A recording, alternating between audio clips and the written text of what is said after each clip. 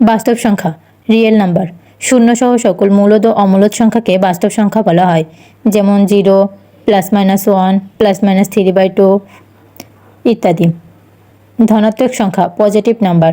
শূন্য থেকে বড় সকল বাস্তব সংখ্যাকে ধনাত্মক সংখ্যা বলে, যেমন 2, 1/2, √2 ইত্যাদি। ঋণাত্মক সংখ্যা নেগেটিভ নাম্বার। শূন্য থেকে ছোট সকল বাস্তব সংখ্যাকে ঋণাত্মক সংখ্যা বলে, যেমন -2 ও -1/2 ইত্যাদি। অঋণাত্মক সংখ্যা শূন্য সহ সকল ধনাত্মক সংখ্যাকে অঋণাত্মক সংখ্যা বলে, যেমন 0, 3, 1/2 ইত্যাদি। ধন্যবাদ সবাইকে। সহজ পাঠশালা বা তিথির সাথেই থাকুন এবং নতুন নতুন ভিডিও পেতে চ্যানেলটিকে অবশ্যই সাবস্ক্রাইব করে দিবেন।